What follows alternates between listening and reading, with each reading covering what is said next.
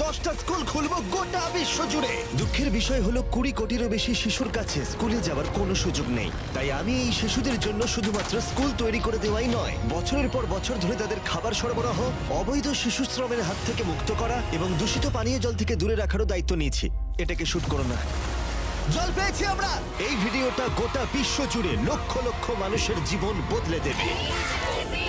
আমরা চলে এলাম আমাদের প্রথম স্কুল ঘানায়। এটা আমরা বানিয়েছি। না, ওটাই পুরনো স্কুলটা। তোমার মনে হচ্ছে আমি এরকম বানাবো? না। তুমি জানো এর মানে কি, চ্যান্ডলার? এবার চলো তাহলে আমরা এই স্কুলটাকে ভেঙে ফেলি। ওহো, ভাঙতে থাকো। এই স্কুলটা এতটাই বিপজ্জনক যে সরকারি কর্মকর্তারা এটাকে ভেঙে ফেলার নির্দেশ দিয়েছে। সব ভেঙে ফেলবো আমি। তোমরা কি নতুন স্কুল দেখতে তৈরি? যাও দেখে নাও তোমাদের নতুন স্কুল, মজা করো। তোমাদের কেমন লাগছে বলো? দারুণ। আর তার সাথে আমরা অল্প একটু দূরত্বে একটা নতুন কূপ তৈরি করছি। ওদের এত খুশি দেখে আমার ভালো লাগছে। চলো আরো স্কুল তৈরি করা যাক। আর এটা বহু মানুষের জীবন পরিবর্তন করার প্রথম ধাপ বলা যায়। এখন আগের স্কুলটার মতো এই স্কুলটাকে ভেঙে ফেলার কোনো প্রয়োজন নেই।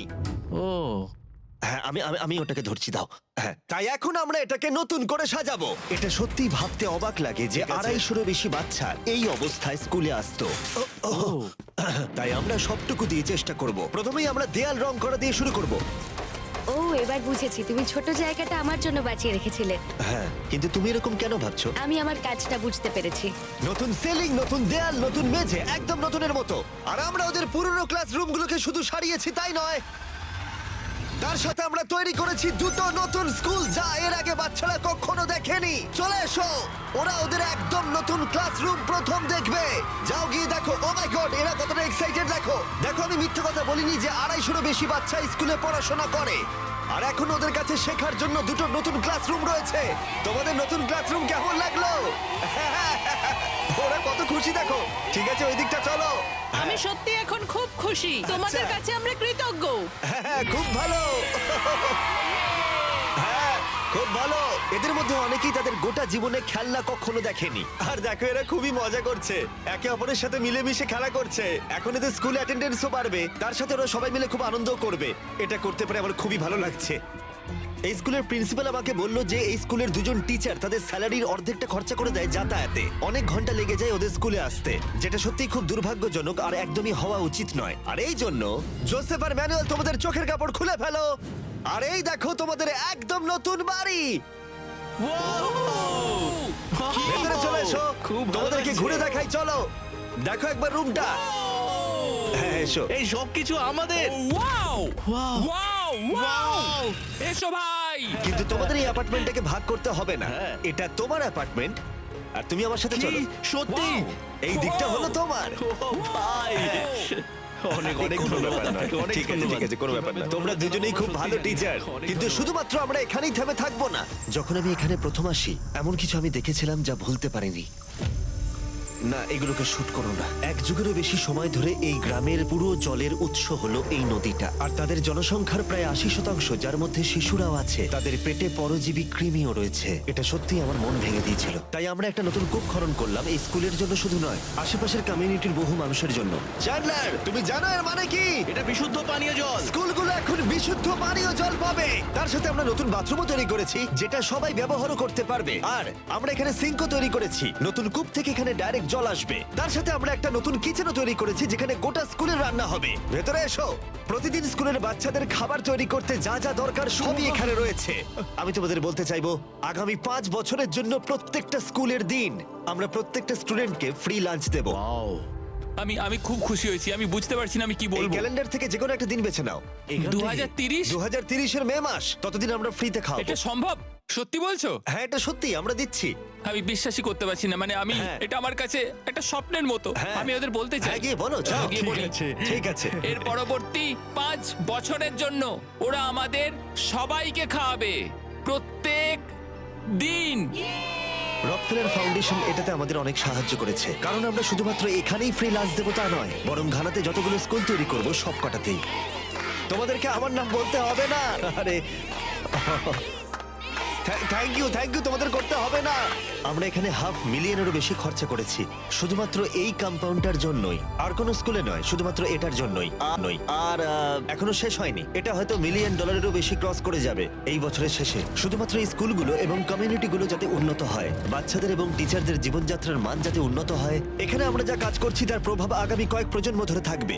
শুনতে মজা লাগলেও এদের জন্য যেহেতু আমরা এত সব কিছু করেছি, ওরা আমাকে উন্নয়নের প্রধানের স্বীকৃতি দিল। জিমি, তুমি যেটা বলো সেটা করেও দেখাও। তোমাদের এসব কিছু করার কোনো দরকার ছিল না, কিন্তু তবুও ধন্যবাদ। এটা হলো আমাদের পরের স্কুল। বাচ্চারা একটু বাইরে যাবে তোমরা? আমি চাইবো তোমরা সকলেই একটু বাইরে যাও, কারণ এই যে বিল্ডিংটা তোমরা দেখছো এটা আমার থেকেও বেশি পুরনো, আর এই ওপরের ছাদ যে কোনো সময় ভেঙে পড়তে পারে যখন ওরা পড়াশোনা করছে, আর এই ঝুঁকি প্রত্যেকটা দিন থাকে, আর এটা একদমই মেনে নেওয়া যায় না। তাই তোমরা যেমনটা দেখছো আমরা এই স্কুলটাকে প্রথমে ভেঙে ফেলছি, কারণ আমি চাই না এই বাচ্চারা কোনোভাবেই পড়াশোনা করার সময় মারা যাক, আর সেটা হলে তার থেকে খারাপ জিনিস আর কিছুই হয় না। আর সেই জন্য আমরা ওই একতলা পুরনো স্কুলটাকে এই নতুন দোতলা স্কুলে বদলে দিলাম। এখন এই স্কুলটা আগের থেকে অনেক বেশি বড় হয়ে গেছে, 300 জনেরও বেশি বাচ্চারা এখানে পড়াশোনা করতে পারবে। ওদের কাছে এখন রয়েছে 8খানা বিশাল সুসজ্জিত classroom. Thank you mister Bisht আমাদের বাচ্চাদের কথা ভাবার জন্য।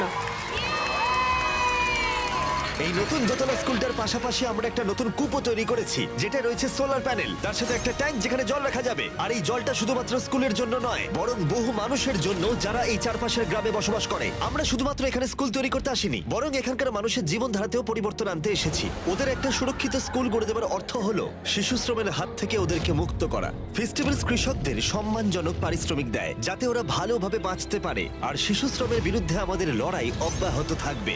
আর সেই জন্য আমি 11টা ভিন্ন কমিউনিটির বাচ্চাদের জন্য স্কুল তৈরি করছি ঘানায়।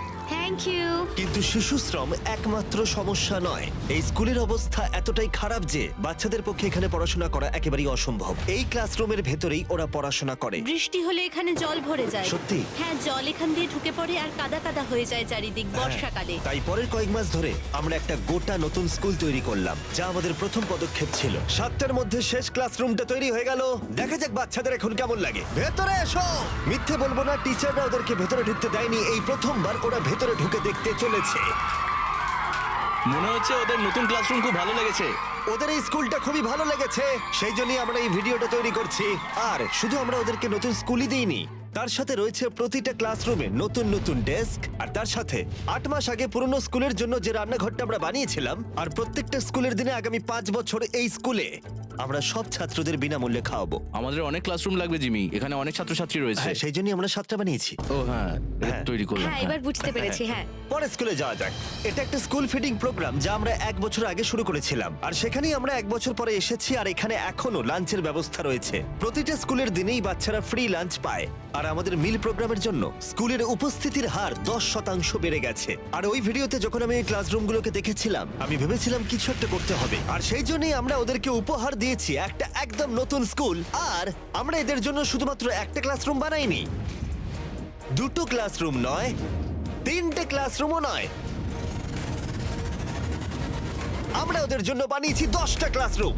আর এই 10টা মিলে তৈরি হচ্ছে একটা স্কুল। এরকম 10টা স্কুল আমরা বানাবো এই ভিডিওতে। দেখা যাক বাচ্চাদের কেমন লাগে। তোমরা নতুন ক্লাসরুম দেখতে তৈরি? চলে এসো আমার সাথে। চলো চলো সবাই।